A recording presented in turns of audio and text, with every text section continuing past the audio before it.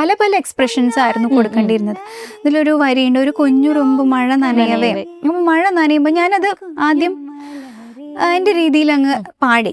അപ്പോൾ സാറ് പറഞ്ഞു അങ്ങനെയല്ല, ഒരു കുഞ്ഞുറുമ്പ് മഴ നനയവേ എന്ന് പറയുമ്പോൾ മഴ നനയുമ്പോൾ നമുക്ക് എന്താ ഫീൽ ചെയ്യുക, നമുക്ക് ചെറുതായിട്ടൊന്ന് തണുക്കും, വിറയ്ക്കും. അപ്പം അത് നമ്മുടെ വോയിസിൽ കൊണ്ടുവരണം.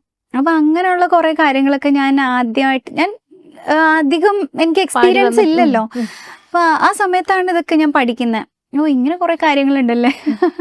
അപ്പോൾ അതൊക്കെ വലിയ കുറേ ലെസൺസ് കിട്ടിയിട്ടുള്ള ഒരു റെക്കോർഡിംഗ് സെഷൻ ആയിരുന്നു. അപ്പോൾ എനിക്ക് തോന്നുന്നു എല്ലാ അമ്മമാർക്കും മൃദുല വാര്യർ എന്ന സിംഗറിനെ പെട്ടെന്ന് റിലേറ്റ് ചെയ്യാൻ പറ്റിയ ഈ പാട്ട് തന്നെയായിരിക്കും തോന്നുന്നു. തീർച്ചയായിട്ടും. ഇപ്പോഴും ഒരുപാട് പേര് എന്നെ കാണുമ്പോൾ പറയാറുള്ളൊരു കാര്യമാണ്, ഞാൻ എൻ്റെ പ്രഗ്നൻസി ടൈമിൽ എല്ലാ ദിവസവും കേൾക്കുന്ന ഒരു പാട്ടായിരുന്നു.